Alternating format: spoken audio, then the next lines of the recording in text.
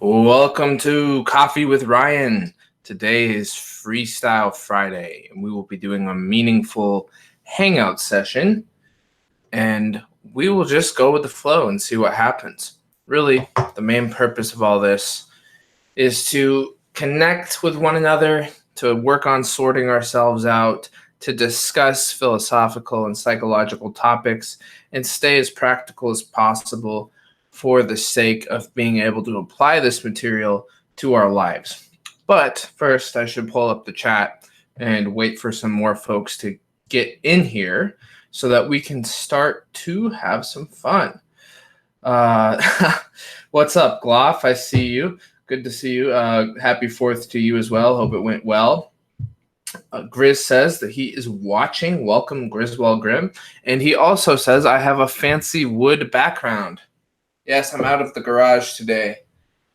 It's nice to have a fancy wood background. How y'all doing? What's going on? Tell me what's up. You know, got some things on my mind that I'll start to slowly unload here. But one of the primary issues that takes hold for me is that my moods radically shift. I think I cycle through moods more quickly than most people. I'm able to maintain some consistency in my attitude and in my work ethic and my groundedness. And at the same time, I just experience life so much differently day to day.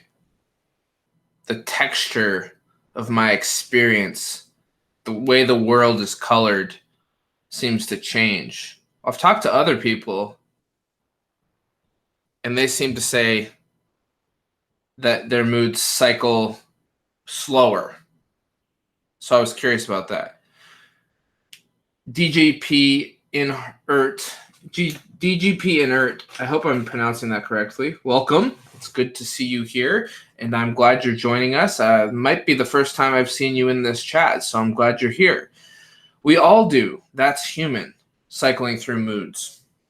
Yeah, I think it is human to cycle through moods. I'm just wondering if my cycles are normal. Like, I've talked to people who cycle through moods much longer, like takes them a couple weeks. Boy meets world. Welcome to Coffee with Ryan. It is good to see you here, and I'm glad that you made the stream this morning. We're talking about cycling through moods. Griswold Grimm says normal is a myth. Amen. You got me there. Who gives a shit if it's normal or not? I guess I'm more curious about it as a phenomena, let alone if it's normal. That's a whole nother topic. Gloff says, I cycle like a motherfucker. In the moment, I don't always have awareness of it, though. Yeah, I really like the metaphor or the analogy of the emotions as weather, and it just comes and goes.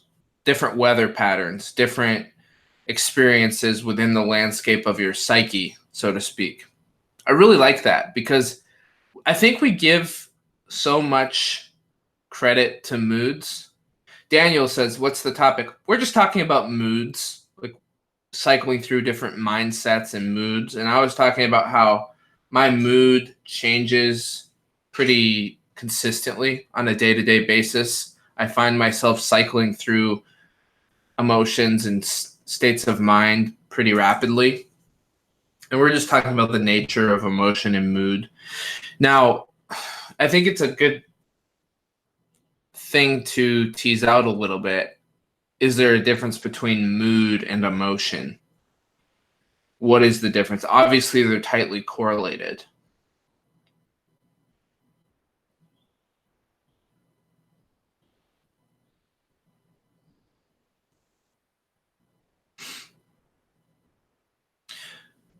Grizz says, thanks to your meditation, you can always go into the eye of the emotional storm, though. Yeah.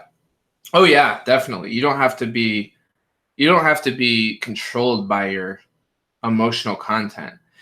And then the next by DJP Inner says, the weather is not under our control. Our moods most definitely are, in my experience. Yeah, that we definitely have more control over our moods than we do over the weather, I would say. However, I don't think we have complete control over our mood. Like Peterson talks about, you can't make yourself feel happy just by sheer will. You can make yourself be meaningfully engaged. I agree with that. You can engage a sense of meaning and purpose, but that transcends moodiness. They're the result of activity and the biochemistry of your body, you know. So to some extent, can we use positive thinking to shift our mood? Yes. Like we can go from perpetuating a negative mindset to shifting that framework and helping ourselves get out of it. It's even been proven that if you stand up straight with your shoulders back, and I didn't get this from Peterson, but he's confirmed it after I learned this, that after a couple minutes, your mood will naturally change because it boosts your serotonin levels and all that kind of shit. So we can do a lot to influence our moods. I'm just not sure what those limitations are. I do think that there are limitations. It all goes in. Diet impacts your mood. Attitude impacts your mood. What happens in your environment impacts your mood. Your personal attitude. Did I already say that? Yeah, there's a lot of things that impact your mood. Daniel says each situation has variables, I'm guessing. Yeah. Yes. Gloff says moods are more physiological, emotions are more spiritual and psychological. That's my 2 cents. That's fascinating. That's worth exploring more. I do like the idea that emotions are kind of like waves in the ocean, and a mood is kind of like a larger body of water. You know, a mood is it's more current across time, or it has more substance to it, potentially. Boy Meets Wart says, I personally find my mood is very tied to the amount of shit I have to do that I'm avoiding looking at and dealing with, such as catch-22 for getting it done. So Boy Meets Wart, do you find that your mood is better when you're productive? I definitely find that when I'm really working a lot, that it's not that I'm in a good mood. It's just that like I'm numb to anything bad. Like I'm so focused on what I'm doing that I'm not really, I don't have like time to sit around and ask, quite the big questions about how I'm feeling. I'm just in the moment doing same thing when I'm playing sports or exercising. I do notice that getting into action helps with these things. Although there's been times when my mood is so strong that I can really exercise and work and it just kind of sticks with me. It's just a strong mood. That's where I think that this whole idea of the weather comes in handy. Like we have a lot of control over ourselves, but we're not ultimately like in total control. We're not in 100% control. So that means that there's some amount of unpredictability within your own psyche. I don't know how much exactly, but there's definitely some amount of unpredictability where acceptance is the answer, where we have to accept what's happening and learn how to respond to it. Because we can make things a lot worse if we want to. Right? If I feel a certain way, I can perpetuate that cycle. For example, I once heard, and this is a potentially not a true statistic because I've never been able to verify it, but I did once hear that 75% of car accidents are caused by overreactions to initial mistakes. Okay? Now, regardless of whether or not that's an actual statistic, the reason I like that as a metaphor is because it is like the psyche. It is like the way that we work with emotions. We can have an experience, and if we overreact to that experience with a strong amount of panic, negativity, or narrativity that is pushing an attitude in that direction, we can make things incredibly worse. So I'll give you an example. If I start having an emotion, and that emotion has a hint of sadness or depression in it, and it's kind of pulling me downward, I can respond to that emotion with more negativity. There was a Buddhist teacher named Chogyam Trungpa who's a controversial figure, but he had some interesting things to say. One of the things he said is there's this thing as negative negativity. That's what he called it. So there, you experience negativity, and then you add a negative response to that negativity, and that perpetuates the experience. What I'm more in favor of, and what's worked for me, is just not getting so attached to that negativity and letting it pass through me, and just watching it like the weather, and then making a choice as to how I respond. What attitude do I have towards that? And I notice that gives me more flexibility within my mind so that I'm not a slave to these passing emotions and moods that happen in my life. Okay, I will go through these comments again. Thank you everyone for being here. It's an honor to hang out with you today. Daniel says, I like this quote from the French philosopher Alain. Pessimism is mood. Optimism is will. Yeah, that's beautiful. And will goes a long way. I agree with that. Willpower goes a long way. If we learn how to focus, we can learn how to control some of the contents of our consciousness, and we can do a lot of regulation. A lot. There's a lot we can do to improve our experience. There's no doubt about that in my mind. There is a lot we can do. Agree with Peterson. DJ Pay Inner says, sorry, I'm mispronouncing the hell out of that. Agree with Peterson in some part, but I also know we can dial down the noise from extraneous signals by our own will. I was in a coma for 3 months, and I was definitely regulating my mood during it. Wow, that's amazing. What an amazing, like, not amazing in a good way. That's horrifying that you had that experience. But the fact that you're aware of your moods during that is fascinating. I'm curious to hear more about that. Thanks for sharing. Gris says, I saw some call emotion energy in motion. Yes, I've heard that before, and it seemed reasonable. Mood seems like how the ship is steering through all that. Oh, interesting. So your mood is almost, if that's the definition that you're using of mood, that would imply that mood is almost the response to the weather, potentially steering through the waters. Boy Meets Wart says, I'm in a super good mood when I am busy with stuff I enjoy. Absolutely. But if I build up like tax or financial related or something that I hate, it can totally throw me. Gris says to DJP Inner, so not only were you in a coma, but you were doing mood regulation? Well, in it, how do you know if you're in a coma? And then DJP replies, because it's not how you think it is, or it's not how you are told that it is. I'm assuming he's talking about comas, or they. Daniel says, I think that's the truth, that life is a process from the Latin word progression, and each person is using his or her own pace. Life is a process.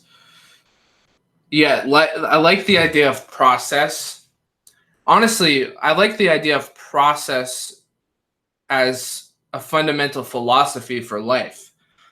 I think that sometimes people get so attached to progress that they forget about process. But when we're learning a new skill, such as you want to play the piano, you want to become a talented athlete, you want to become good at math, you want to be a good philosopher, a good intellectual, whatever. You're working on applying for a job and you want to get your credentials and your interview skills up.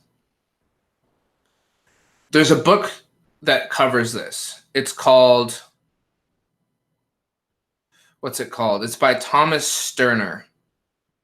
And it's about how to achieve mastery.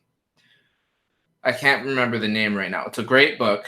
One of the things that Sterner talks about in this book is putting process before progress. All the great masters, the great people who have achieved things typically get so lost in the meaningful engagement of the process that they're in while they're learning that particular thing, that they lose that regular sense of time and linearity that we experience in our regular monkey mind that is constantly looking for something to latch onto. They just lose themselves in the practice. And so if we can achieve that timeless process, we make these incremental progressions towards mastery. But the thing is, it's not because we're aiming only towards the result. We're aiming towards the process, and we're committed to the present moment. And when we do that, we lose ourselves in that moment. And when we lose ourselves in the moment, those little moments that we lose ourselves in build up to a timeless gestalt, a timeless now. And eventually, before you know it, you have a skill that you're able to engage. I think it's a fascinating way to look at life. So much of the time, we are so caught up in the results that we forget about the process, so to speak. So DJ P says, in the coma state, the body systems had shut down, but the brain was still functioning in common, talking with others having experienced it. Wow.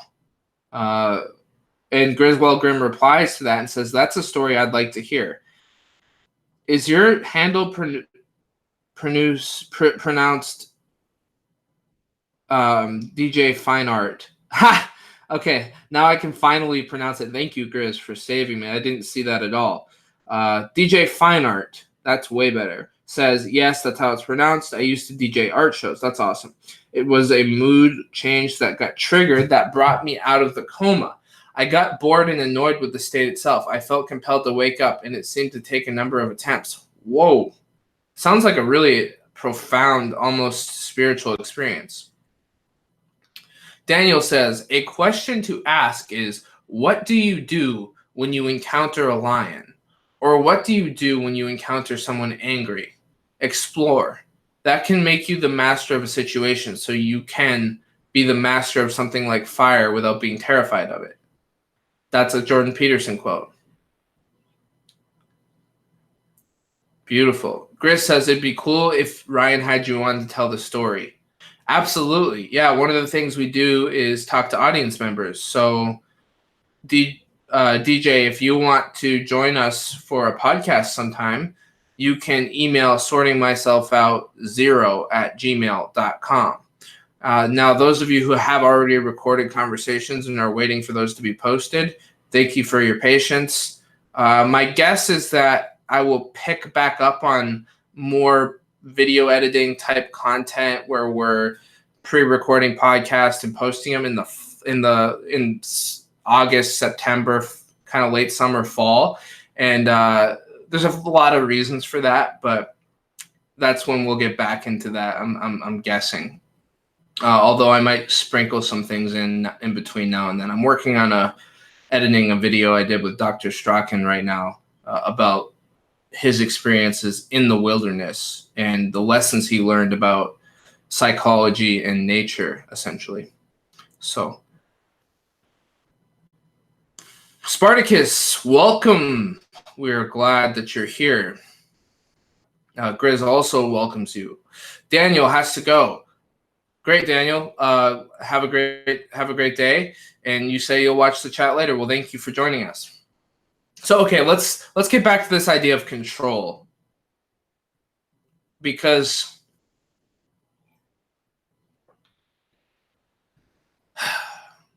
the question is, how much control do we have over our own psyches? I don't think we're going to be able to define the line, but I think it's important that we act as if we have as much control as possible to avoid the victim mentality, to avoid the helplessness mentality. However, we shouldn't be so naive as to think that we can move mountains, to think that we are gods that are able to do anything we want with our own physiology. Because the fact of the matter is there are complex neurochemicals and many other factors involved with our moods and emotions. So we should have the humility to be able to watch the experience happen to us without being so arrogant as to think that we are the arbiters of everything that happens. So if that's the case, then it must be a balance, I would assume, a balance between free will and determinism, a balance between what happens and how we respond to it. Because why wouldn't the case be that we could experience a strong mood or a strong emotion without being a slave to it? That we could experience it as something that is happening, but not something that we are necessarily beholden to. Something that we can watch happen and potentially change if we have the focus and the humility to do so. But I think it's dangerous to live life too forcefully. I think that the will has its own limits as well, and that those who over exert their will risk many, many things, such as burnout, disappointment, failure, the failure of trying to be too controlling. So it's like surfing. Let's look at it like surfing. You don't control the wave, but you do use your willpower to focus on balance and to ride the wave. But if you tried to control the wave, you would just get swallowed up by it, and you could hurt yourself. That's kind of what I'm saying. You could create a psychic energy, a psychological injury, not energy. Okay, I got to read the comments. Grace says, looking forward to more Strachan. Yeah, me too. I think it'll be a good one. I'm excited to share this next one coming up. DJ Fine Art says, that could be done. It was a very profound experience. It put my friends and family through hell, but I wouldn't wish it on anyone. But it was also in many ways a major gift for myself. Okay, fantastic. Well, you sound like you have a lot of wisdom from your experience. I'm assuming being in a coma is one of the hardest things you could experience. I'm guessing. I don't know, but I would only assume that that would be a very difficult thing to endure for you and your family and loved ones. So I really would love to hear that story and how it applies to the wisdom that you have in your life now. DJ Fine Art says, I like the surfing analogy. Okay, fantastic. And I skipped one. Grizz says, what made you think your moods were shifting too fast? Well, I don't think they're shifting too fast. I was just noticing that they are shifting fast. And it was like I'll go, like the last few days, it would be like I'd go from happy, focused, calm, sad, kind of feeling, I guess, tired energy. I don't know how to explain it. Like kind of physically tired. I've been doing this new exercise routine and it feels really good, but then I get exhausted because I've been pushing myself pretty hard. So it might have something to do with that. I don't think they shift too fast. I just think that my moods are kind of like constantly morphing over days, time, like a day or two. Like I go through these vastly different experiences, but maybe that's typical for, I don't know. Can y'all relate to that? I talked to someone who said it, for them, it's like every 20 days or so, they'll cycle through different moods. So that's like really slow compared to me. That's really slow compared to me. I shift pretty quick. And I don't think it's a bad thing. It's just shifting. That's just who I am. I just shift perspectives and moods. And they're not like, it's not negative necessarily either. I just notice that's how my energy works.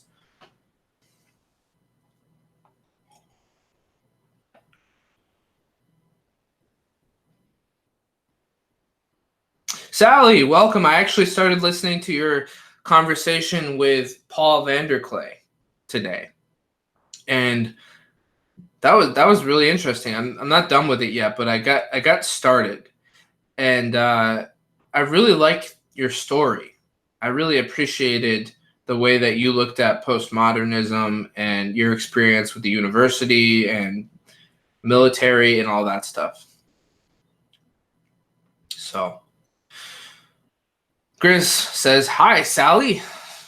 And then I realized where metal, the metalsmithing comes from, because I noticed in some of our interactions there was a metalsmith logo or something. So that's cool.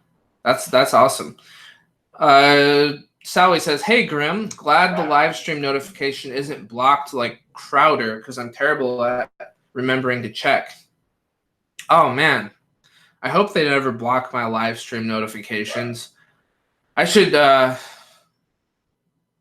Do you think that I'd be at risk in YouTube like blocking any of my content? I'm not too controversial, right?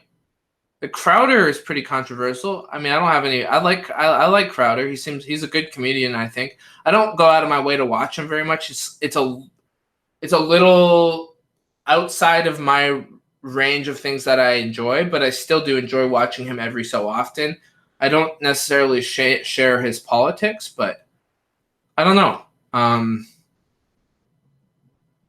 curious about that. Luckily, right now, I'm not big enough on YouTube, sorting myself out. Mercury and I aren't like a big enough splash in the ocean to draw attention, I don't think. But I wonder if we did draw a lot of attention, I feel like everything we're doing is so positive. We're just talking about meaning and living life, and I would just be shocked if anybody had a problem with that. But I guess I wouldn't be surprised, though. I would be disappointed, because it's like so positive. Shocked is the wrong word. I would be really upset about that, because we talk about things that are so positive for it to be construed as negativity. But I guess that's what happened to Peterson. It's not like he was negative. He was just trying to help people sort themselves out. He wasn't doing anything to bother anyone. Okay. Let's see here. DJ Fine Art says, "The coma was one of the hardest things that I have endured, but it was not the worst thing that has happened to me. Doctors think that the reason I survived, think this was the reason I survived, but we are still discussing that." Oh, wow. So you had a lot of resilience. Spartacus says, "We're talking about anger, question mark? Not necessarily just anger, just emotions and moods. Just how to deal with emotions and moods. What do they mean? How often do they change? What's it like for you?" Stuff like that. And then Spartacus says, "Geez, I got in a big fight with my girlfriend yesterday for a ridiculous reason. In short, she felt jealous for a situation out of my control. So I get angry at her request to be there to watch over me as surveillance, let's say. So after a while, she says I'm in defense mode, like I'm having an Asperger crisis. Boy, I'm still angry about that whole thing." Man, you're not alone in that. I got in a fight with my girlfriend the other day too. It was fucking. It was months since we had been in a fight, but we got in an argument.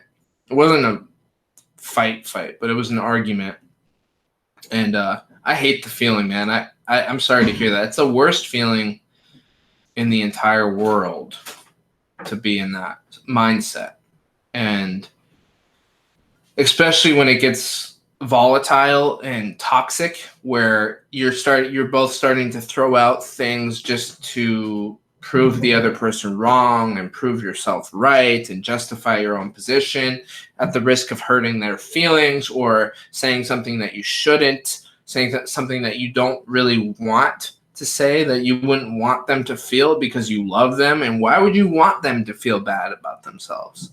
But when we get defensive and start to look at the other person as a threat to our own life, our own psychological well-being, so to speak, and we project the blame onto them, then it's very easy to say things that are hurtful. So we got to be careful about that. That's been my experience, at least. My experience has been to be very careful when I'm feeling sensitive in a discussion with a loved one, because I'm more likely to say something I will regret if I feel overly sensitive to what they're saying. So a lot of times the best thing to do is to take some time, take some space, calm down, and then once I'm calm, reapproach the conversation with a totally different attitude. So it happens, man. I hope you get through that. Balanced Boy, welcome. Good morning. Sally says, I'm trying to purge that from my profile, but can't find it in Google. Trying to purge what? When they block you, you will know you have gotten there. You speak truth. Truth is the threat. Well, that's certainly the case. Dr. Strachan told me it's a dangerous thing speaking truth in this world. So,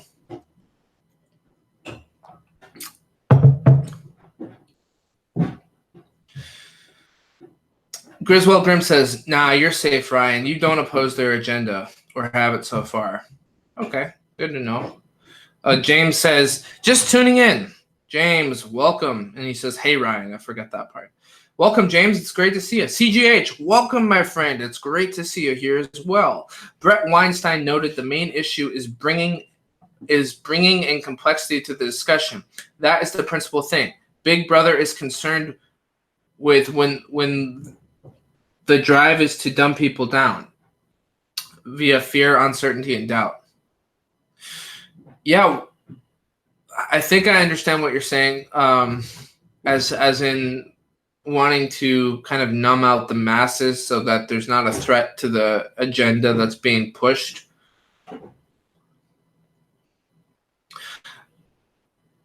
DJ Fine Art says, I've been married for 25 years. The fights diminish if you are in love and in a good relationship. Bad relationships go downhill and over time, and good go uphill over time. Second time married for me. Congratulations. That's fantastic to hear. 25 years is an accomplishment, and it's not easy to stay in a relationship for that long, let alone even a few years. So both of you must have done something right. Spartacus says, I'm calming down right now. Good. With you guys. I've actually noticed the same things, DJ Fine Art. When I was first with my current partner, her and I were more volatile, and then over time we were really young when we first met each other. We've been together about 7 years, and I'm 26 now. But yeah, it was like learning how to be in a relationship with each other was really hard because we were both so young and we both hadn't really sorted ourselves out when we met. We were both trying to sort ourselves out when we met, but we weren't really adults, really. Like we weren't really that mature. And so it took a lot of hard times, and we stuck with it, and we loved each other, so it was worth it. And now, like I said, like we just got in an argument the other day, but it was like our first argument and, for like of that intensity in a long time. So in some ways I was really disappointed because it's like, shit, like that it felt horrible. We both apologized to each other. We started over.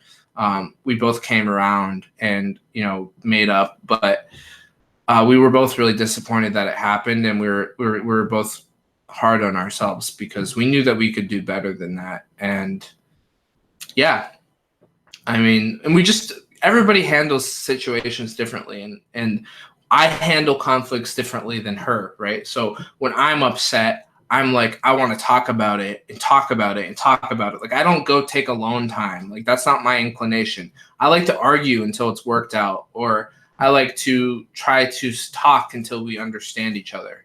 Whereas she likes to like go think for a couple hours and process and then like let it stew and then work on it.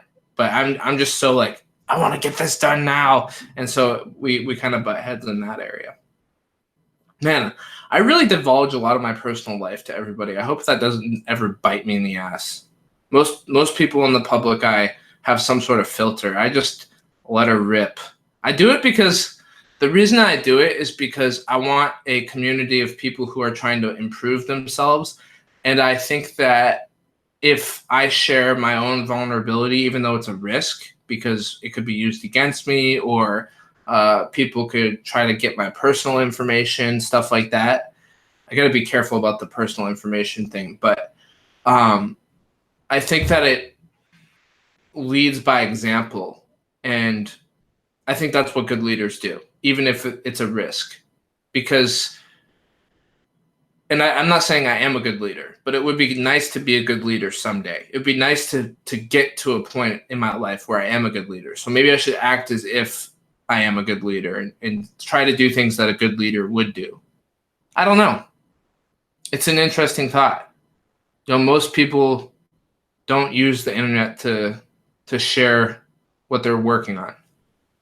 Anyways,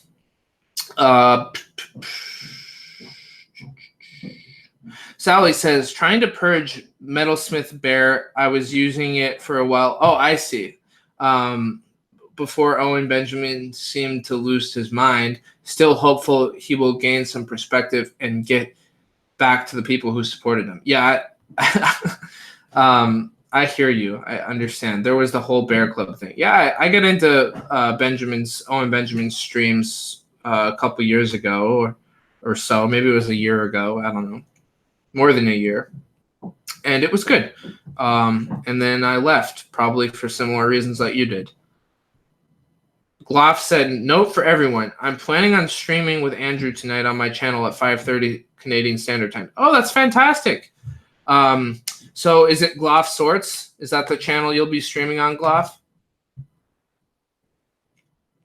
That would be great. It's great to hear how Andrew's doing. So I recommend everyone check that out. I think the channel is called Gloff Sorts, if I'm not mistaken.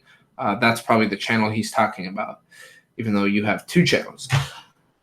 Grizz says, he's on a wild journey, Sally. I clipped the bit he did the other day. It was intense.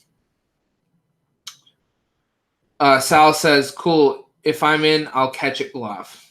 Grizz says, sweet Gloff, drop the link in Discord. Yeah, please feel free to do that. I will do that. Gloff says, I will do that, y'all. Will Chase says, I don't wish for a life that lacks conflict. Wish for the wisdom. Don't wish for a life that lacks conflict. Wish for the wisdom and humility to encounter conflicts and willingly and successfully. Yeah, absolutely. That's wisdom right there, because conflict is unavoidable. It would be like trying to live a life without pain or live a life without tension. It's just like, it's just going to happen. DJ Fine Art says, agree with that. I was really young when first married. Second time around, neither have a change you agenda, quote unquote, change you.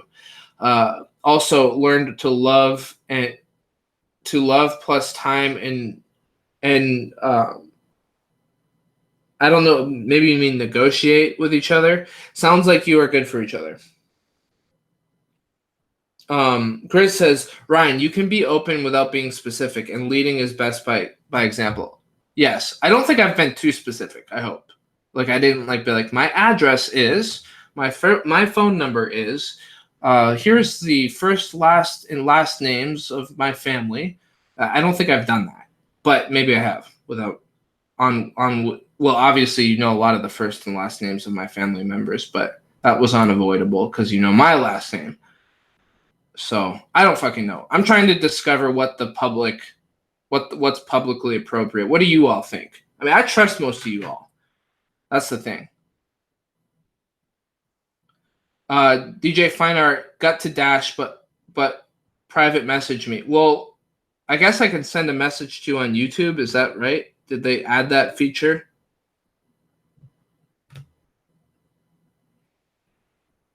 Hey, Mercury, welcome.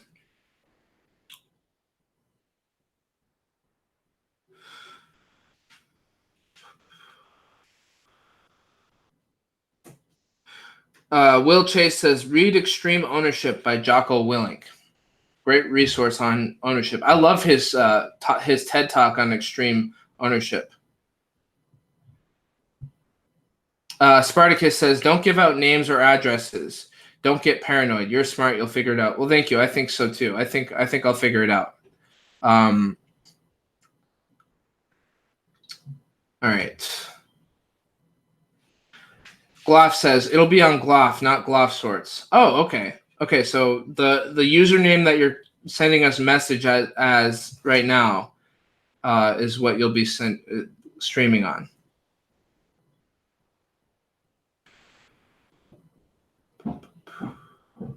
Grizz says, hey, Merc.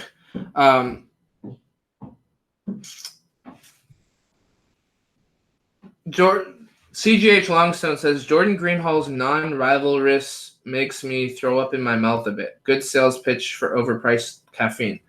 Non-rivalrous. I don't know what that is. Mercury says, the community here makes it very easy for you and me to open up about very personal shit. Yeah, I agree with that. Actually, Merc, I'm going to send you the link to this stream because we haven't talked in days because I've been busy and you've been busy. So we should at least catch up for a minute, even if it's in front of everyone, if you want to join. If you don't want to join, that's fine. But I'm going to message you the link on Facebook.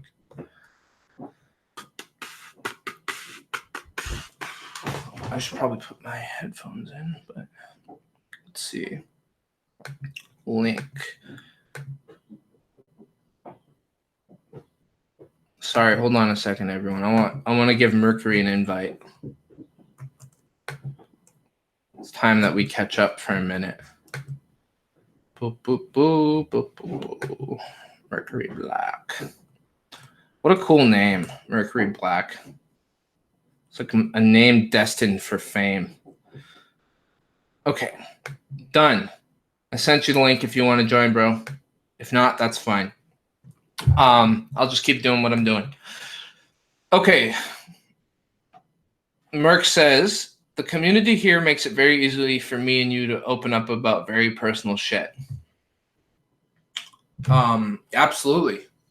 Absolutely. I agree with that 100%.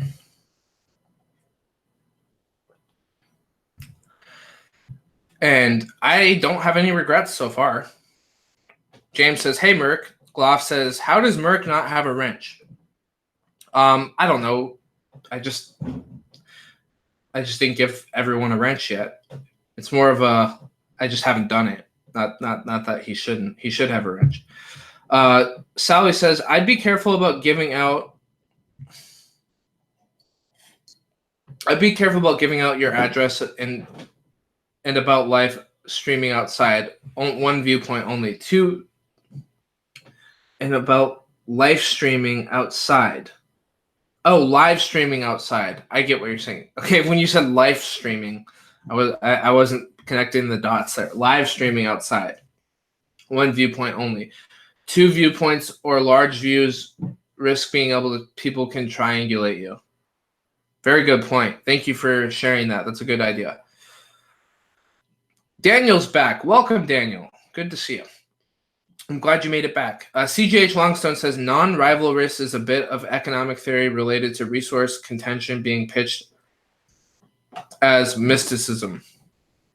Huh. Well, I need to look into that. That's interesting. Oh, Mercury's here. Yay. He's coming. Hey, buddy. Hey, how you doing? Hold on, I gotta change my settings here so I can. I wish there was some damn headphones in here. Will you keep everyone entertained for a minute while I go get my headphones? Shit. Okay, I'll try. I can't hear you. I need to get my headphones. Oh, you don't hear me? Otherwise, I won't be able to hear you. So I'll be right back. I'm gonna go get my headphones. So while I'm doing that, feel free to I'll just read you a comment to respond to. What do you think? Here, I'll just make it up because we've been talking about how moods and emotions change and how much control do we have over our moods and our emotions versus how much do we just have to kind of be aware that they're happening and try to respond to them mindfully. How much will do we have? All right, I'll be right back. Yeah, so I just came on here and I know you guys are talking about moods and emotion. I don't know what exactly the difference is between those two words.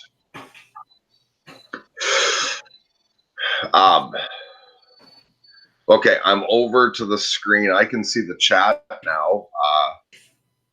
Gloff's asking why I don't have a wrench. I don't know. I don't even want a wrench. If I'm not on the stream, I don't need any special attention.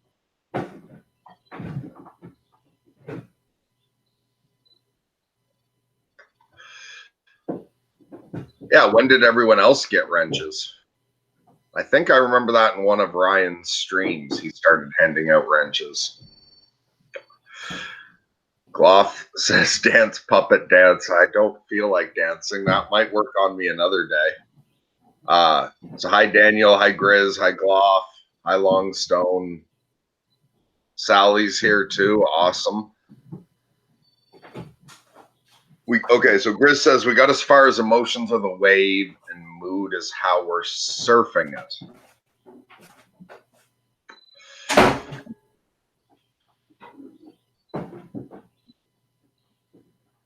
Sally says emotion is involuntary response, attitude, your control of how you express your emotion. Hey, Boy Meets Wart, good to see you here as well.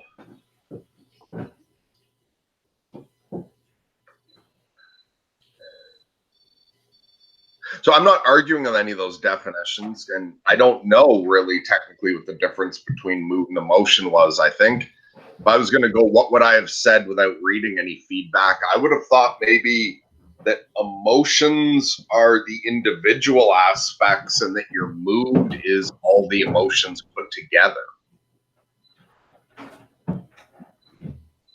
Is the way I would have thought of it, that the mood is the overall set of emotions, because you can have a mixture of different emotions.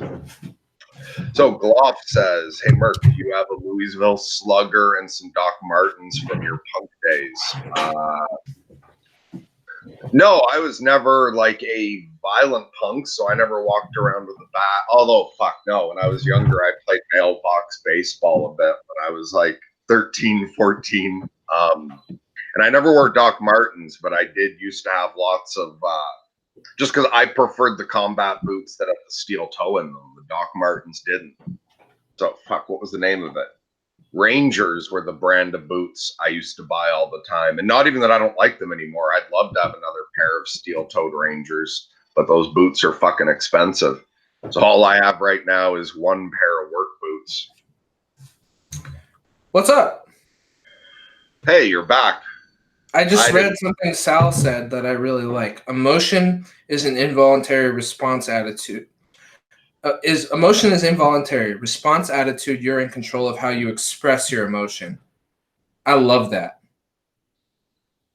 So what I was saying is my first thought on that, and I'm not arguing with anyone, I'm just saying what my first thought on mood and emotion was that the mood is the sort of overall assembly of all the emotions, is the way I would have thought of it. But I've never looked those words up or heard the definition to separate. Ooh, I like that.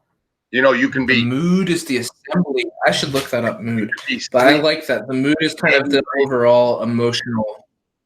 Yeah, I took the mood as the collection of all the emotions you're thinking or feeling, is the way I thought. Well, I said earlier the emotions are the little waves or the ripples, and then the mood is like the larger body of water within that region. The emotion is the ripples and the waves, and the mood is the larger body of water. Did I say that? Mood. Okay. Definition according to Google. Mood, a temporary state of mind, okay, or feeling. A temporary state of mind or feeling. Okay. Emotion. A natural instinctive state of mind deriving from one's circumstances, mood, or relationships with others. Okay, so emotions, then we got it right. So emotions are nested within mood. Mood is more global. You still there? Yeah. You went quiet on me. How you been? All right. I've still been dealing with the depression, which is really weird for this time of year. So I've still overall been depressed. I'm sleeping not as much as in and I'm not as depressed as I am in like the heart of the winter, but I've been fairly depressed and tired, which is weird for this time of year. Yes. And at the moment, I am like just waking up. So. Yeah. Gotcha, man. Well, I just want to read a few more comments here, but I also want to check in with you about a couple things on this call. Sure. Okay, so there's another comment here. All right, let's see. I'll read from the bottom. Sal says, attitude versus mood. That's a good topic. We can get into that. Daniel says, mood is an accumulation of emotions, ? It's like a state. I think so. I think that that's the right way of conceptualizing a mood. It's like the global experience that you're having, the gestalt of your experience. James says, I've heard people describe the mood of an environment, but not the emotion. Interesting. Sal says, it only took me 3 years of army time to figure that out. Well, yeah, you'll figure out. That's where we learn the most, when we're struggling, right? We don't learn when we're comfortable. When we're in hard situations, we learn valuable life lessons. So I'm not surprised that you learned that you're in control of how you respond to your emotions, but not necessarily the fact that they come up to you. That's, it seems to me that being in the Army would push you to have certain realizations. Although it also takes some credit on your part, because not everyone comes to the same realization. Grizz says, if you're on your phone, you can close the chat to thumbs up the stream and then reopen the chat. Thank you, Grizz. You are a great ambassador of sorting myself out. Actually, we should give you the title of the ambassador. I think he deserves it. Grizz, I think, is very responsible for me being on this channel. Oh, yeah? He'd responded to the first podcast I did with Andrew. He watched all 3 of them, and I know there were other people that made similar comments, but Grizz, I noticed even way back then, like, he really commented that, I think he commented that I should start my own channel. Then even when I didn't do that, also, I think Grizz offered to put up the other, like the 3 podcasts Ryan did with me, or not Ryan, Andrew, that he took down. And so I think, like, other than my wife, you and Andrew, I think Grizz is the person most responsible for pushing me into doing this. His feedback was consistent from the beginning that he thought I should be doing this. And so, anyone who's pleased that me and Ryan have taken this over, Grizz is partially responsible for that. And he's been incredibly supportive since we took the channel over. He's also the reason we have a Discord now. Yeah. Yeah, and that's going well. Go check it out, everyone. There should be a link in the description to our Discord. Yep, there's a link in the description to our Discord. We'd love to have as many people as want to join. So, and Gloff is here. We can't forget about Gloff either, because Gloff was even doing podcasts with me back on Sultry over a year and a half ago, or a year ago. No, it's been over a year and a half. Gloff was another one of the ones that made it clear to me that there was an interest out there as well. And actually, both you and Gloff had requested that I go on your podcast, and I could only handle doing one. And I picked you over Gloff based on gut feeling. Well, yeah, like the angel shit. Said if you can only handle one, go to Ryan. But I had always intended to get around to going on Gloff's channel as well. He's doing one with Andrew tonight. Yeah, I just heard something about that as I turned it on. So he's doing a podcast with Andrew tonight? Yes, sir. What time? Oh shit, I already forget. Let me find it. It's in the chat here.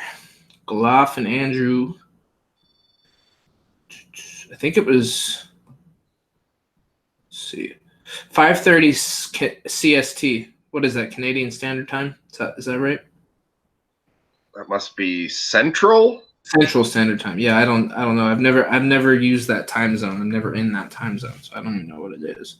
Okay, I will try to come on for that, Gloff. Yes, fantastic. Central Time. There we go. Although quite a while ago, we did say to Gloff that I would go on his channel anytime, and it's just I think he just was out of was busy with other stuff. So it's not that I wasn't willing to go on with Gloff. It was that I chose to do yours first and adjust. And then once I was ready to go on, Gloff wasn't podcasting actively. That's right. That's right. So, how you doing though, other than your poor mood? What else is going on? Let's catch up for a second, like we would, just like we were in private. I want to see how that goes on a live stream. Okay, so It's an experiment, everyone. I don't want to talk too Referee much. and I are going to talk like you're not listening, just for a minute. We'll get to your comments. Don't worry. Yesterday I had the kids over all day.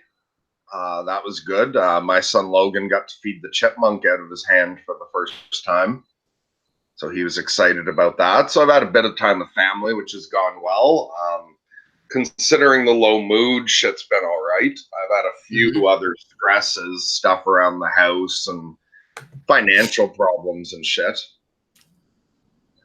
And other than that, like, not much has gone on lately. I've allowed myself to slow down a bit since you've been on vacation as well. Yeah, we were talking every day, really. And then it's weird, the last I don't know, a couple of weeks, we've talked rarely. Yeah, what's that been like for you, that change of pace? That felt strange at first, just like breaking any routine felt strange. And since then it went through, for a couple days, it was nice to have the break. Also, like recently, just recently I had a bit more time away from the wife and kids as well. They were busy with summer stuff, so I had a few days almost entirely on my own there. I did enjoy that. You've been wanting that for a while. Yeah. And so nice to have more time alone. Yeah, I've had days where, not that I didn't speak at all, but where I haven't had too much. And I was debating, because how much longer are you on vacation? Well, it's kind of like a quasi vacation, because I'm doing all my work and stuff, but I'm just doing it remotely. I'll be here in Maine until the 15th or so. I might go to New Hampshire on the 12th and spend some time there with another group of friends, and then I'll leave New England at the latest on the 15th and head back home. So I was thinking that possibly, if there's still a few more days where you're not needing to talk to me much anyway, if we don't have any calls scheduled, and if a couple days open up where, I know my wife and kids are busy with shit for a few days, I'm thinking of possibly taking a silent retreat sometime soon.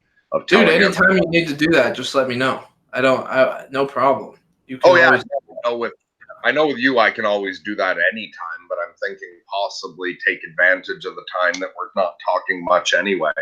I might try to take 3 or 4 days where I turn my phone off, where I don't check emails, where I tell everyone not to stop by. And it would be nice to have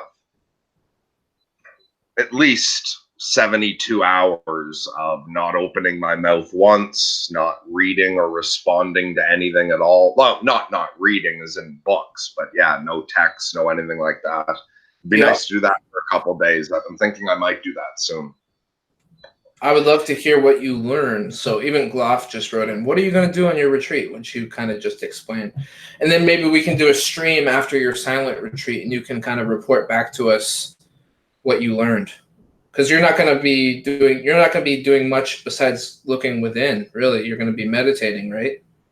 Well, no, I don't mean the full-blown silent retreat where I do nothing and just meditate, although I'll probably do a fair amount of it. To me, there's like 2 different levels. There's that level of silent. Well, actually, with all meditation and silent retreat, I find people sort of look at it like an all or nothing thing in a weird way that I don't understand. Or people often think meditation means one thing, where there's so many different kinds of meditation. A lot of people just think of the try to clear your mind and achieve that no thought state, like just that moment experiential now. But to me, there's also all kinds of meditation that involve active thinking, involve imaginative thinking, or involve working with yourself. Also, to me, there's that kind of silent retreat like Sam Harris goes on where, you know, you get up and all it is sitting in meditation. But the kind of silent retreat I would want to take at the moment is just to go about your day quiet.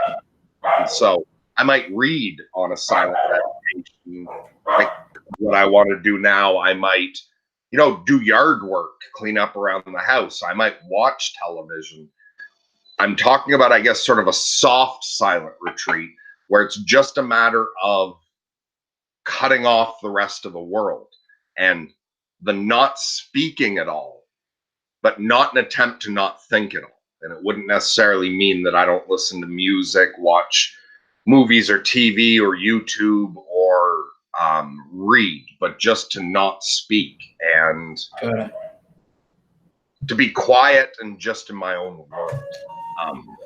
Much like with meditation, people think you just have to sit and meditate, but most of the things I do in meditation, other than when you're really trying to clear out, I find most of that stuff you can do during your waking life. Like I said, Alan Watts had said, you know, when you're washing the dishes, just wash the dishes. And while you're washing the dishes, you can do all kinds of, like, realize that if you think about all the dishes you have to wash over your life while you're washing the dishes, it can become overwhelming and feel horrible. However, if you pay attention to it, you'll realize you only ever wash one dish. And I find mindfulness works everywhere. I think maybe James had brought up once something about mindfulness and that he spent a lot of time watching listening to podcasts. And I pointed out that you can practice mindfulness while watching a podcast. Be aware. Absolutely. Like, you know the way movies hypnotize most people or some people, or movies hypnotize you part of the time? Absolutely, like I remember I was really young. Yeah, it was, I wish I knew what year it came out. Whatever year the movie Outbreak came out about the little monkey with the disease. I can remember going to the theater with my parents watching that movie and realizing that I had been hypnotized by the movie. And then, like, sort of pulled back into myself and noticed I was in a theater and noticed everyone sitting around staring at the screen. And I was really amazed that I'd noticed I got sucked in. And I thought to myself, this isn't even a great movie. Like, it's an okay movie, but it's just that any movie will suck you into it to where the world disappears. I found even as a teenager that from the moment I noticed it, gradually I started falling into that less and less, and more often I would think during movies. Yes. I think I still got hypnotized by movies to a certain degree before my accident, even when I was an adult. But since becoming bipolar, movies don't hypnotize me anymore. And I'm always thinking through them. Wow. Now, I've never watched podcasts before this time in my life, so I don't know if people get hypnotized by a good podcast or not. But you can use anything. Watching a movie, just literally anything you're doing. Riding on the bus, going through your daily work. You can practice mindfulness of be aware that you get, even with conversations, you get pulled down into thinking your thoughts. Yes. You're reacting so quickly, you're not observing yourself. So during anything, during a podcast, even right now, if people have gotten caught up into listening to my idea, take a moment to just notice how you've been reacting to it. So it's possible that as I've been speaking, someone inside has, rolled their eyes and said, usually he's more interesting than this. Someone could be thinking I agree with it. To take it out of meditation and to start being mindful during your day-to-day, I think is the more practical. To notice, because there's so much more stimuli than what we can process. We filter out a certain amount of the visual, we filter out a certain amount of the auditory. Your before I said something? Were you really aware of how your feet feel right now?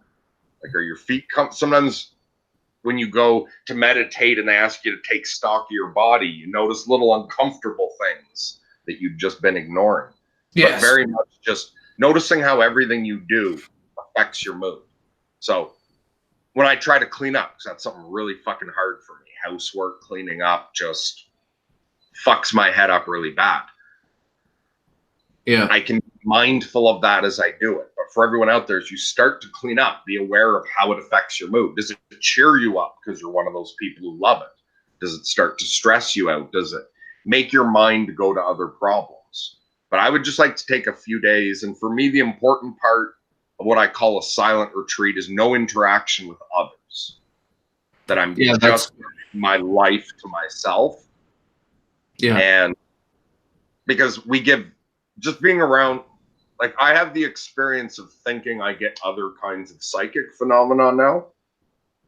I don't know if it's genuine or if it's delusional, but I've noticed that even without that level, everyone around us has an immense amount of thought control. And so that stereotype of the person with the tinfoil hat, so like others can't read his thoughts or put thoughts into his head, I think that's actually like a pretty good image to capture what a lot of us need once we know this. Even without any of the other levels of our connection that seem more psychic or spiritual or whatnot, you have an immense amount, I have an immense amount of thought control over you right now, and that what I say you have to think about. Even when you're driving in traffic, other people are controlling your thoughts. If someone cuts you off, they forced you to think about that and react to it. Someone says to you, even just what time is it?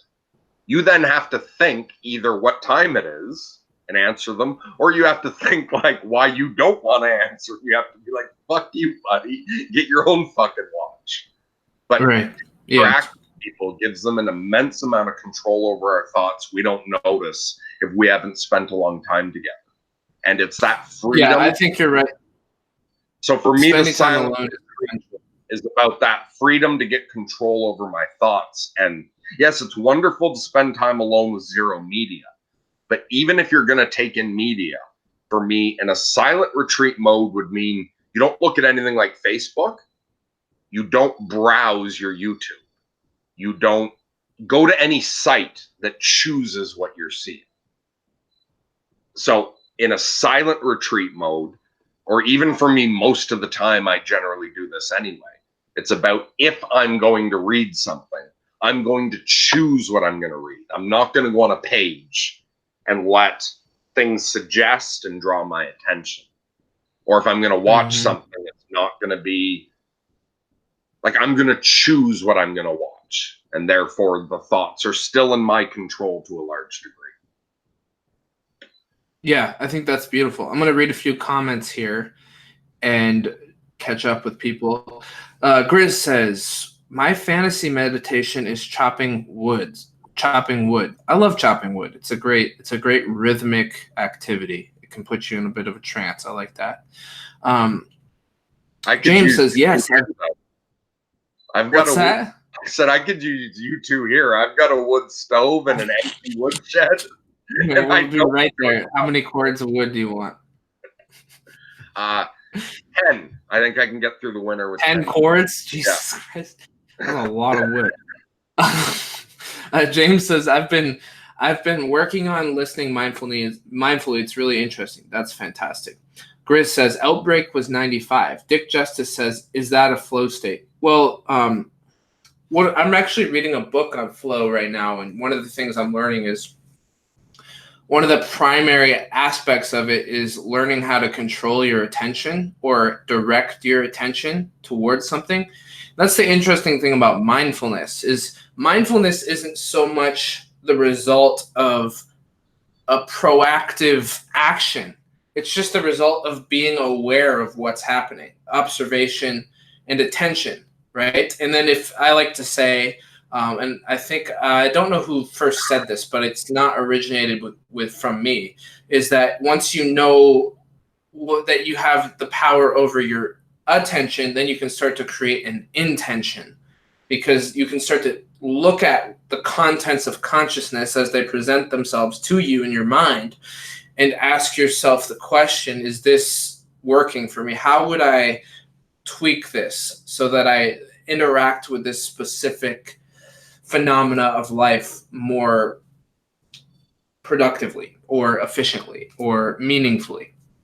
And so, go ahead.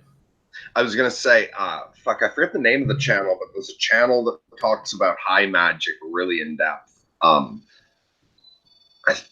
anyway, his very first video on his channel, if you look at it in order, he says, before going any further at all, the first thing you should do, I think, is take something like 3 or 6 months or something of learning how to be mindful. So noticing every thought.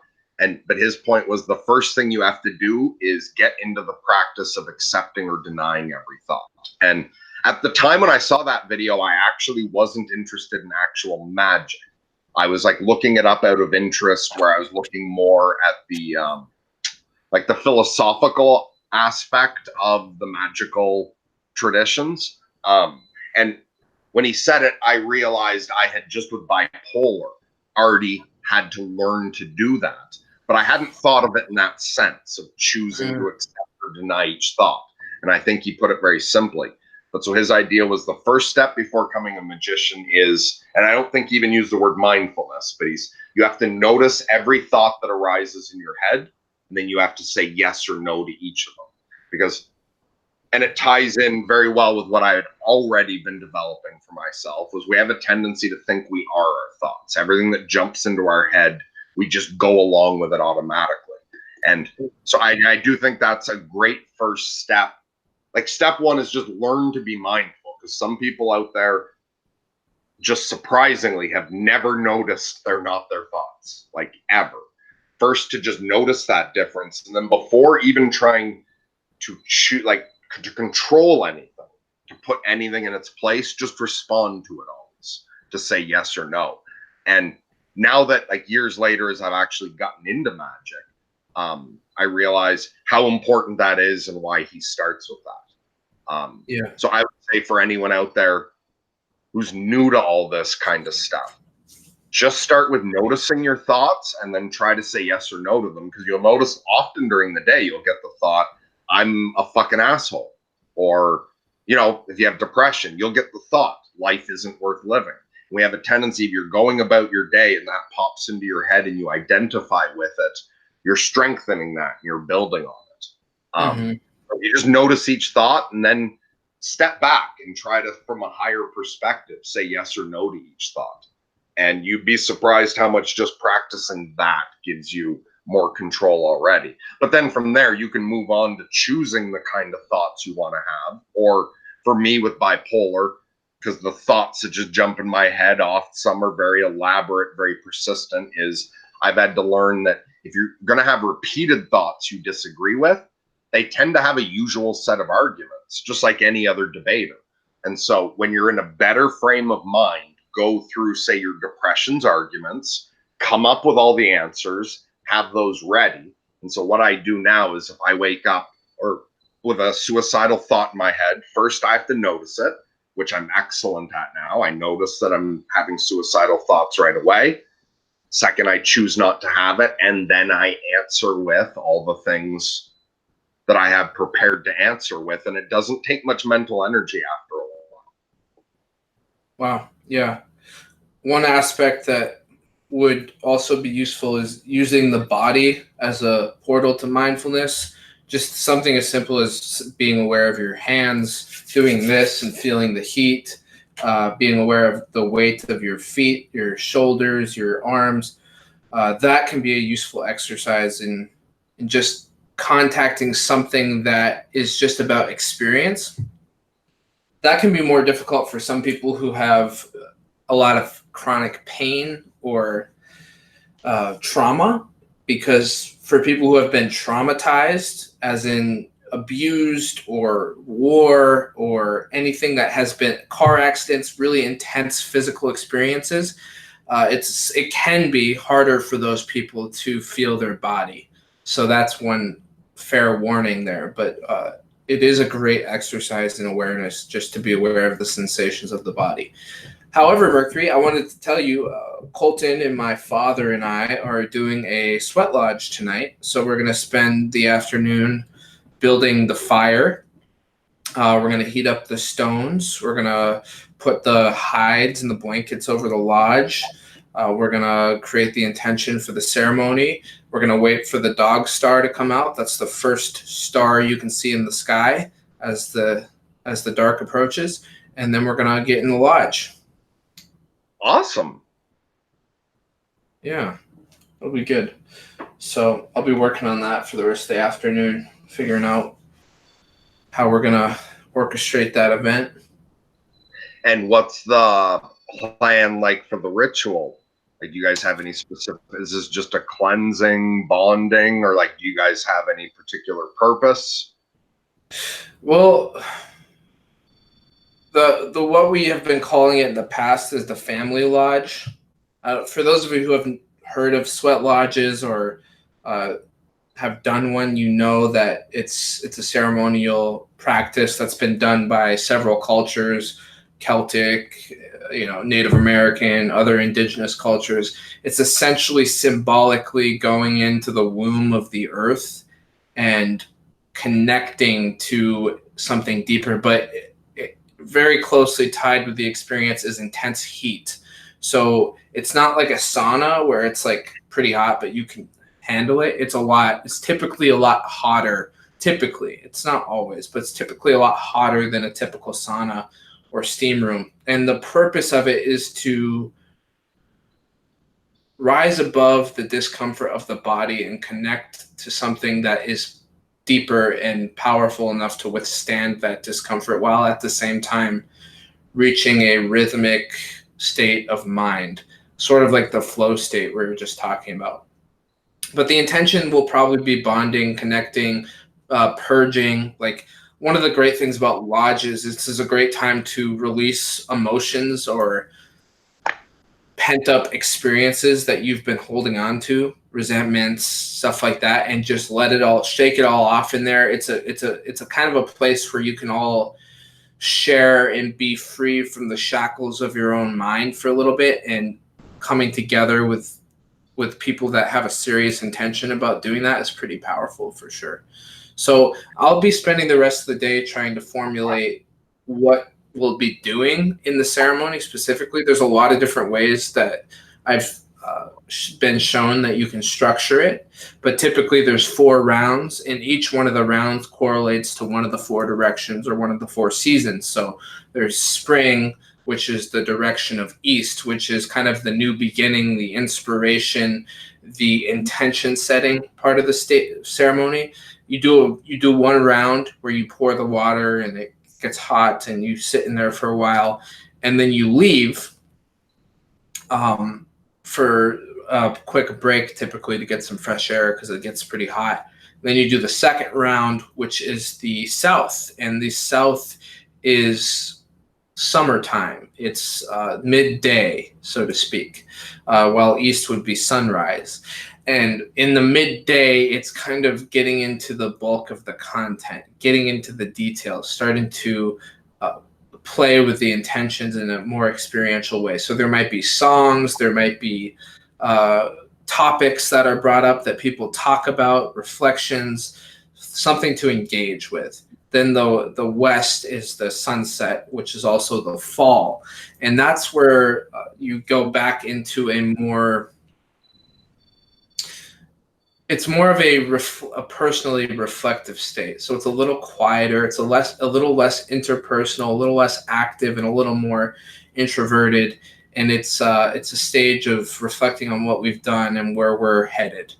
And then the north is the winter, or the end of the day, the nighttime, the dark, the wisdom stage. It's kind of representative of elderhood traditionally, where you try to, it's not so much of a try, but you synthesize the previous 3 stages into some sort of wisdom. And so we'll have something that helps engage that process there. and then that's it. Those are the 4 rounds, and they can last. The total of the sweat lodge can last 1 hour, or it can be 4 hours. It just depends on how it's structured and how it's going. Yeah, I've never done one myself, but I know somebody very, very well who has run them before, like that has not only done them, but is trained in setting them up. And I've considered a couple times setting up a sweat lodge, like putting one up myself. I've just never gotten around to it. So that's something I'm definitely very interested to try. And from what I've heard about it, like, while there is that level of adjusting to a difficult environment, from what I've heard of it, it's more about an altered state of consciousness achieved in that extreme environment. Exactly. Yeah. Something. It's like that's what I meant when I said something that can rise above the physicality and reach a deeper connection. So, do you ever have experiences with like the soul tree or any guides or anything? Do you ever have visions when you're doing? I've had some intense experiences. I've had some intense experiences in lodges. One time, for the first 3 rounds, I was, and by the way, everyone, I'm seeing your comments, and I'm sorry that we haven't read them yet. But basically, the first 3 rounds, I was pretty miserable. Like, I couldn't get out of my own head, and I was like, I just wanted to get out because it was so fucking hot and uncomfortable. My body, like, I was sitting on the ground and my back hurt, and I was just totally in my mind, and I was just miserable. And then all of a sudden, I just decided to share with the group. I was like, this is so hard for me, and I want to feel meaning and connection so bad, but I feel like I'm hitting a wall. And then my whole body started like shaking with like it started vibrating and going numb, like really intensely. And then like this feeling of energy came into my hands. Like my hands were like beams of light. It was so intense. And then I just started crying. I probably cried for 30 minutes. I'm not even kidding. This was like, I don't know, 6 years ago or something. And I felt like I had I felt like I weighed like the weight of a feather for the rest of the day. I felt like I was walking around on a cloud, and everything looked so colorful. And it felt like, I'm just talking about my experience. I'm not talking about any objective claims of what happened because I'm not particularly sure. But it felt like like some sort of healing spirit entered into my body. That's what it felt like. So that was really beautiful. And then I've had other experiences in lodges where similar things happened. But typically that pushing past that wall, once that wall, wherever that is, whether it's in the first round or the second round or whenever, that's where the meaning comes. It's just right, like right when you get through that initial block, then there's like the release or the like profound connection that happens. So you basically push yourself to a higher state of consciousness, I would say. Yeah, okay. I'd be very interested to try that because I've heard it can have some really profound effects. Yeah, and it was really meaningful to build the lodge together. Like we cut the cedar, we dug the holes, it's kind of like a hexagon shape or almost like an octagon shape. And we put the cow hides over it and blankets, and it's just like it's really dark, and you can see the embers glowing because of how hot the rocks are. Like the rocks are like red hot. And you burn a little bit of sweetgrass or sage. It's really cool. It's a great experience, I would say. Actually, I'd love to do that with you sometime. If you ever visit one day, we can build one. I know your land is, and anyways, go. What were you saying? Yeah, I was just saying that if you do ever visit sometime and we both have the time and inclination, I'd love to build I can even think of like a very nice little spot for one here.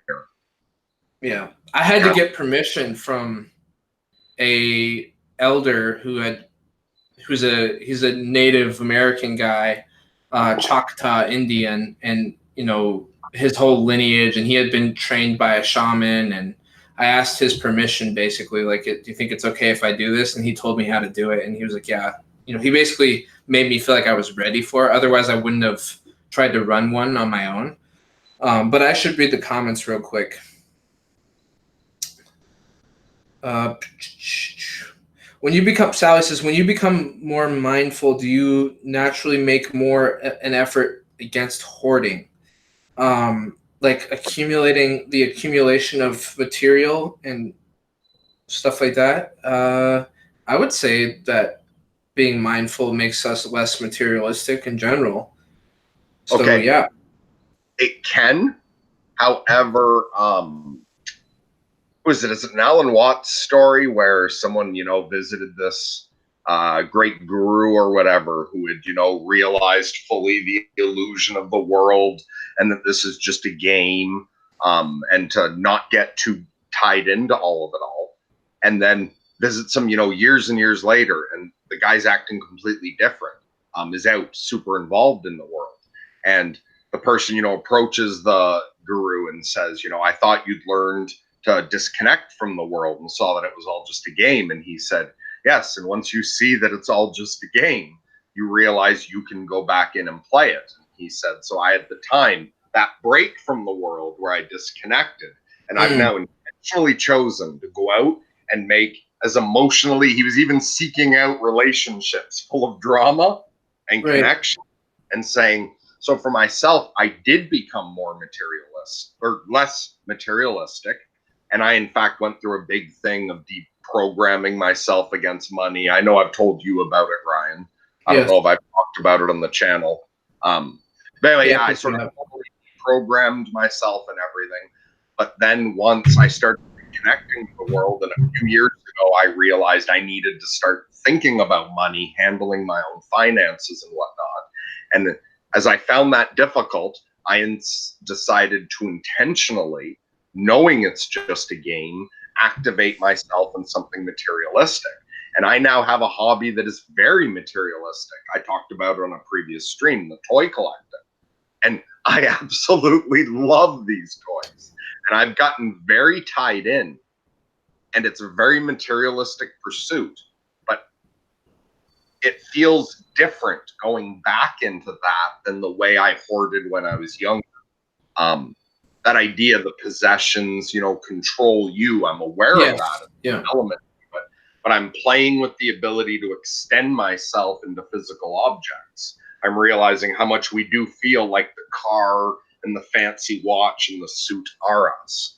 So I find it will take you out of it, but then that you can go back into materialistic concerns with a different frame of mind where you can put it in proper perspective.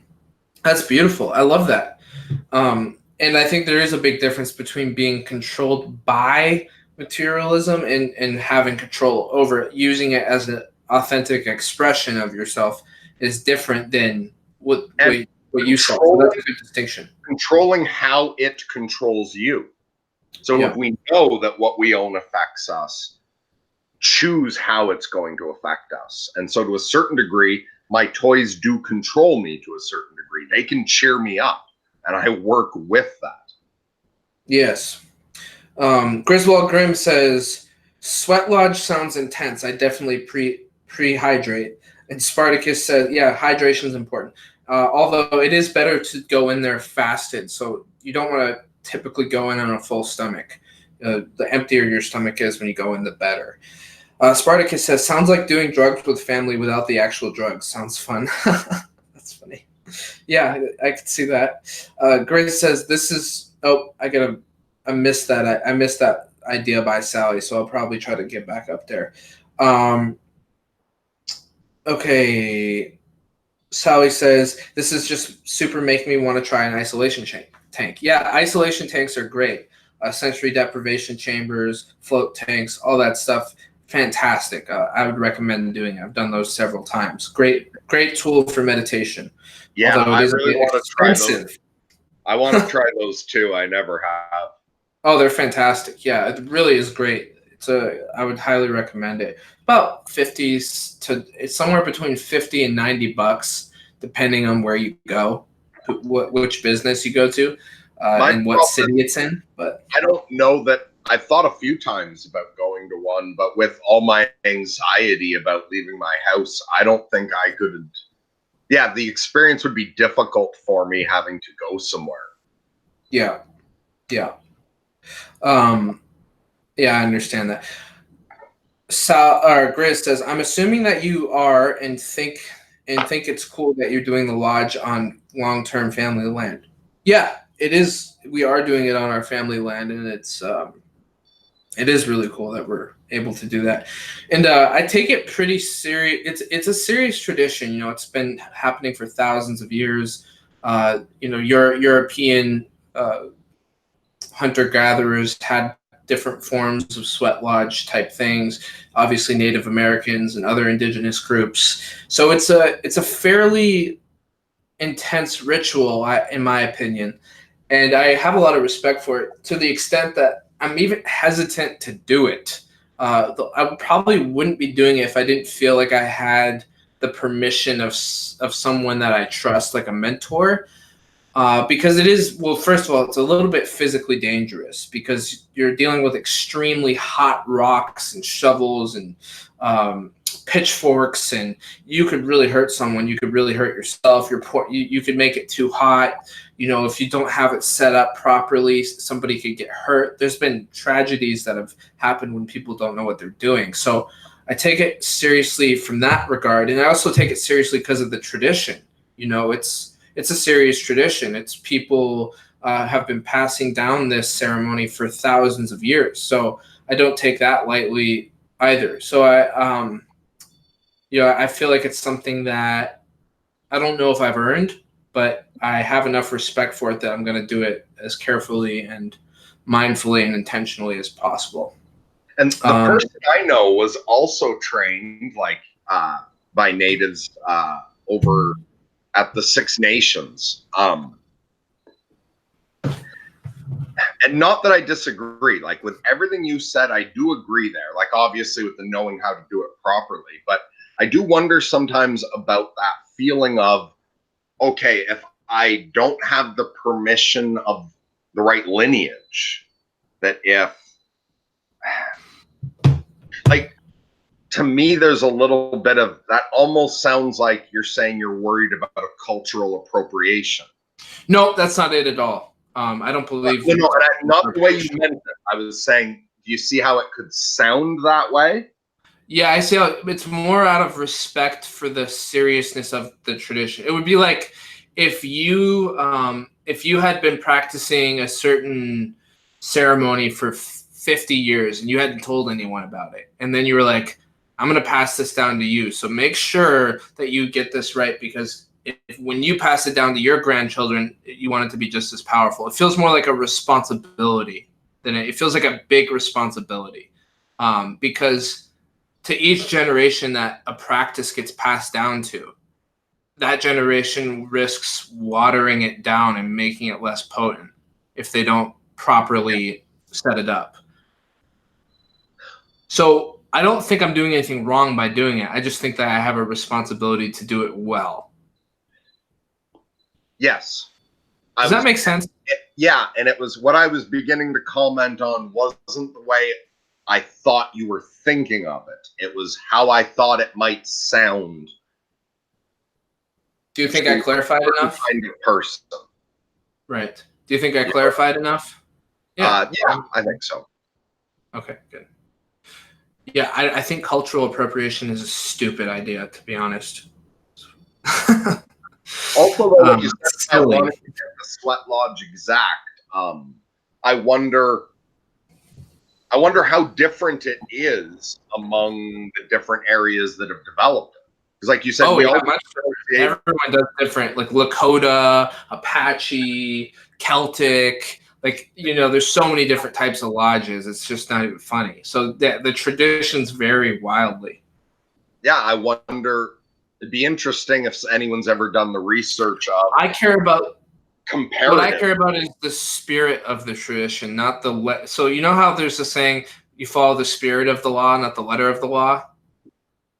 I don't care if it's less, like the way I do it isn't dogmatic. It's not, we're not praying to like some Native American gods or anything. I alter it to fit our Western context. Okay, so I'm already making adjustments within the watch. The thing that I don't want to lose is the spirit of respect and intensity that goes into the ceremony. That's what I take seriously. I don't follow any structure to a T. It's not like first you bow to the left, then you bow to the right. Like I do have a structure, and there's the 4 directions, and there's a certain way to go about it. But within that framework, there's lots of flexibility. So, yeah, because if you would just do it dogmatically, it would lose its creative spirit. So I agree with that for sure. That's a really important point. Or sometimes following something dogmatically can be just the right thing for a certain situation. Sure. Yes. Absolutely. Dick Justice says that sounds really fucking cool. Yeah, it's a really cool tradition.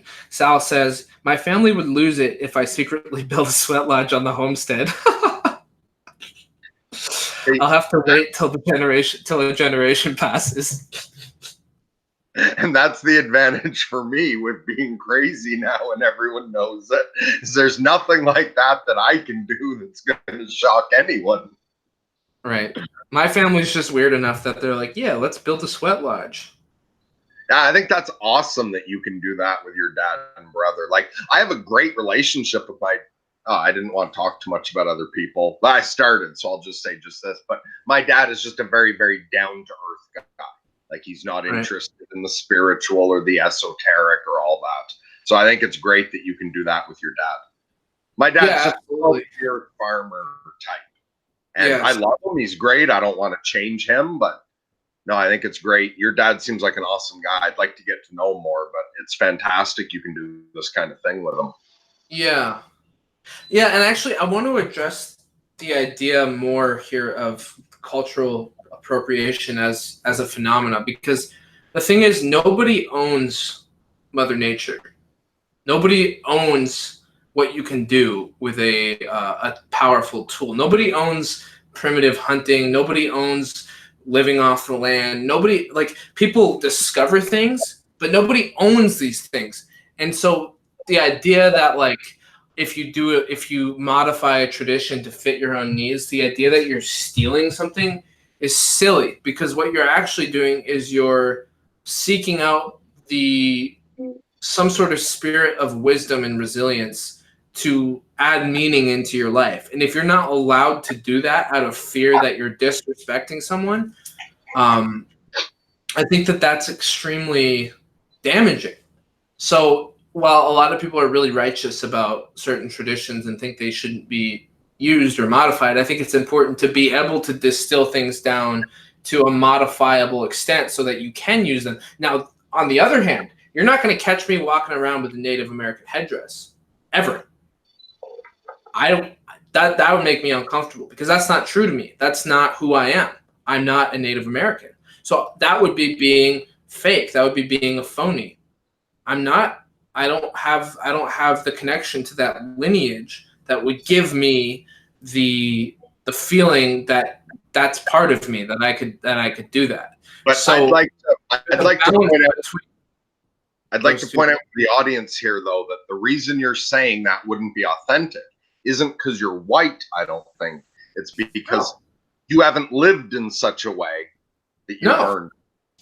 I wouldn't feel like it was appropriate for me.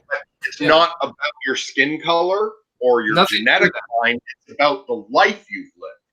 Absolutely, that's right. Absolutely, yeah. So my ceremonial garb, or the way I choose to do things, is going to be modified to what's authentic to me. On the other hand, have you ever seen what's that really good movie? Dances with Wolves, or Dancing with Wolves? I think it was like in theaters. Yeah. So I don't remember. That guy was white, but like he had an experience with that culture, and he like went through hardships with them. So it was authentic for him to be somewhat a part of that culture. Like, I don't have any problem with that at all. That's fine. So, anyways, that's my 2 cents on that idea. Yeah, and on cultural appropriation in general, I'll actually say something. For me, the idea of cultural appropriation, if it is tied to your skin color, to what you are genetically, as opposed to life experience, then it's racist. So it's fair to say that you wouldn't wear samurai garb, or if you've never been trained in that tradition. That's fair to say that somebody untrained shouldn't wear something that only a samurai's earned. But it's because they haven't trained in it, not because of their lineage. That's right. The way I look at it personally is, if you've got an us or them, that's racist. So to me, even if you're talking about the history of slavery in the States, which none of it is connected to me, like, I don't have direct family involved in either way in any of that. But I still look at all of that. I don't look at it like as because I'm a white person. It's what we did to the black people. To me, I look at it, it's what we did to some of us. It's what some of us did to others of us based on skin color. And as far as I'm concerned, the we is humanity. Yeah. And the foreign cultures, like, that's no different than if me and a sibling, like, that if I'd had a twin separated at birth that was taken and raised in Asia. And so I think every single tradition we all have a right to, because these are all things humanity has discovered in different areas. Yes. Yeah. I think that's the right way to go about it. Dick Justice says, I think materialistic hobbies can be fun. It doesn't have to be a bad thing, right? Yeah, I think that's what Mercury was saying, right? Yeah, absolutely. But it's like anything. It can be great. There's ups and downs to it, but doing it non-mindfully, a materialist interest, can be very damaging if you don't have any of this, especially if you don't have your spiritual side developed and you're hypnotized into that materialist thinking. It could be horrible for you, but it doesn't necessarily have to be. Yeah, absolutely. Sal says, why can everyone wear plaid? They don't have Scottish heritage. That's funny. I don't think, my comments about that I wouldn't wear a Native American headdress, I never said that you shouldn't. I just said that I wouldn't. So there's a big difference there. I'm just talking about my own personal choices. That headdress has a lot of meaning. And I understand, like, even plaids have clan meanings and whatnot. But no, I think the idea that we shouldn't borrow from other cultures is silly. And I see nothing wrong with, say, a woman wanting to wear a kimono. Yeah. Yeah, I think you just follow your own personal moral compass and find your way through it. It doesn't matter. You shouldn't wear something that needed to be earned. Like, you perhaps shouldn't wear a medal that you didn't earn. You shouldn't wear a peace medal if you haven't lived the life to earn that. There's certain things that are a symbol of achievement. Like, you don't wear a black belt if you haven't earned it in karate. I agree with that. Like, that about earning it, but that's not about your cultural lineage. It's about, have you earned that item? It's a token of respect that commemorates an achievement. Yeah. Yeah, absolutely. Well, I gotta get going, so I'm gonna stop reading comments. But anything we need to discuss about the channel before I sign off? I had thought a bit about one message you sent me, and I'm actually, because I've thought about it a bit since then, I'm curious to hear what the audience thinks, if you don't mind. You had said recently you found out that videos get promoted more if they're monetized. Yes, a YouTuber, and I didn't see it from YouTube. I saw a YouTuber that has about 107,000 subscribers or something said that the reality is if you monetize your videos, they're going to get pushed more by YouTube. And I didn't know that for sure, but it sounded like he knew what he was talking about. Like it sounded like when he said it, he was sure of himself. Yeah, and that was something when we first took over the channel and when I was at the point where I didn't want us monetizing it for any reason. I remember me saying to you, I know that might mean they don't promote it as much. And you told me you didn't think it was true. And back then it wasn't because I'd heard it, but it just made logical sense to me that YouTube wants to make money. So they're going to promote videos with ads more. Right. So, but then once you and I mentioned it to Andrew as well, just to see. And Andrew said the same thing as you back then, that he didn't think it made a difference. So I was perfectly happy to leave ads off. And one of the reasons that even now, because me and Ryan passed the stage where I'm fine with us trying to monetize it. It's clearly doing something good. So if we can expand on that. I just hate those fucking ads. Exactly. But up till now, we were still going to stay 0 ads because I kind of saw that like us getting paid to annoy people. I get so annoyed by those goddamn ads. So that's why we were going to go entirely with a donation model moving forward. But since you've said they promote it more with the ads, which was what originally seemed to make sense to me, I've wondered about that. Should we apply to remonetize the channel and it's not, we don't have to apply. We don't have to apply. We just have to click the button and set up a bank account. Oh, we don't have to apply or anything. Okay, but so no, we just have to press monetize, and then we have to set up some sort of bank account so that we can collect those funds. But so what I'm wondering is how the audience feels about that. So first of all, we don't get the views that we would make much money off it. But I'm wondering, should we monetize for a little while or monetize just a few videos? Because what I was thinking is, if we're already putting in this much work on the channel, and if there's other people out there, it would help. I'm thinking in particular, people like Angelina who are in a really fucking rough place, that it would help if they found this community. Should we monetize for a brief amount of time or monetize a certain number of videos just to get promoted more? And again, not that I want everyone possible to know of us, but if there's anyone else out there like really struggling and we could help them, I would really like it if they found our channel. So I'm wondering what the audience thinks. Is it worth the annoyance of having to skip ads so that we can get the channel to spread more? Or should we stick with how we've been doing it and leave the ads off and just accept that YouTube won't promote us very much? I don't know if they won't promote us very much, but just maybe not as much. Like, we still might get some great promotions. I don't know. Grizz says the ones with the special guests like Strachan and Freak might be worth monetizing. Just my 2 cents. That's a great point. I think you're right about that. Grizz says YouTube will promote you more if you let them sell commercials of your on your content, but is that selling out? Question mark. I don't know. I had hesitated to create ads because I don't like the lack of control I have on what ads get played. For example, like, I'm not really a big fan of eat this burger from Burger King. Hey guys, let's talk about sorting ourselves out and eating healthy. Like, it just feels disingenuous to me and inauthentic. So I'm a little hesitant to do it on that end. However, for me to continue putting in the work on this long term, I have to have income that sustains. And donations so far have been good, but it's not income. It's like they come in here and there. So in ads, if we did run ads, it would provide a little more stability on that end.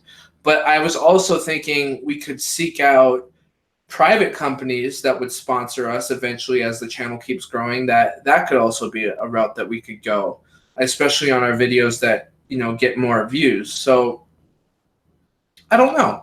The one thing I can tell you all for sure is that I'm doing this because I love doing it. So the money isn't the primary goal. The money is more of a logistical, like, hey, like, I need to put food on the table. I need to pay bills. I need to, that's life, right? You need to have income. But I'm doing this because I care about making a difference and I like doing this. So that's not going to stop. I'm going to keep doing this. The question is, can we support ourselves enough to do it more and more and more? Or to put more and more effort into it? Or are we justifying the effort that we're putting into it? Stuff like that. So, but anyways, let me read a few more comments. I just wanna Program. respond. You mind if I respond quickly to Grizz there? Sure. So as far as selling out, I'm not worried about that at all. And in fact, I myself with this restricted from at the beginning. I wasn't willing to even think about monetizing it because I wanted to control the reasons I'm doing the channel. And I'm very secure in myself that I will never sell out. For me, the definition of selling out is that you do something that isn't you just for money. And so I'm not worried at all about selling out. And when it comes to if other people think I'm selling out, I don't give a shit about that. I'm not trying to control other people's perceptions. But I know myself that money coming in at this point won't warp me. And we do want to like sort of scale this up. So I'm not worried about selling out at all. When it comes to running ads, my one concern on this is how it affects the audience. How annoying is that to the audience? How much does it affect your experience? And is it, for me, it's about whether or not YouTube will promote us more, not the actual money. Because maybe I don't realize how much money it could mean, but I imagine we wouldn't make much money off that anyway. For me, the advantage is they promote us more. The disadvantage is people have to skip the ads. And I genuinely care about people's experience. Yeah, Grizz, or no, Programs 10 said anyone who doesn't want to see ads can use on-block Origin or some other ad blocker, right? Yeah, I'm pretty sure you can use ad blocker on your computer. I'm not sure if you can use ad blocker on a phone. So I'm not sure about that. Spartacus says ads are okay. Adela says, good morning, gentlemen. Good morning, Adela. Welcome. We're glad you're here. James says, I think I agree with Programs 10 about using ad blocker. That way you get the promotion and those who don't want to see ads don't see them. So, yeah. Cool. Yeah, Thanks interesting stuff. Yeah, thanks, everyone. I should probably get going. I got to start setting things up. But anything else? One thought that occurred to me about your sweat lodge. Like, I get on the one hand, you're doing it with your dad and brother. So if you don't want to do that, that's totally fine. Focus on yourselves. But the other was, I was just going to say that if you let me know when you're doing it, I don't think I'm busy later tonight.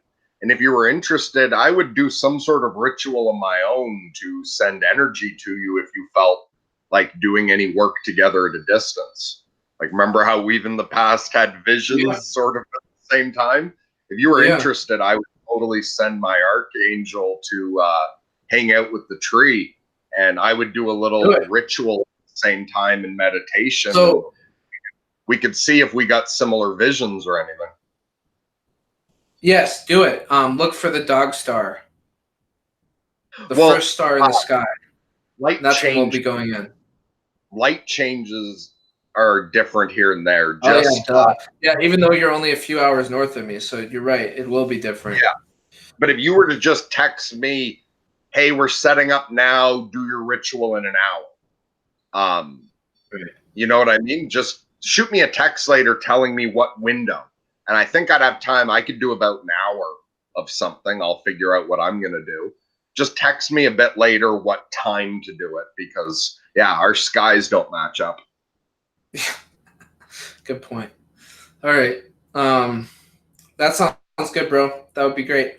I will thank you for joining Coffee with Ryan, and I will talk to you all on Monday. So thanks, Mark. Anything else on your end? No, just have a great weekend, everyone. All right. See y'all.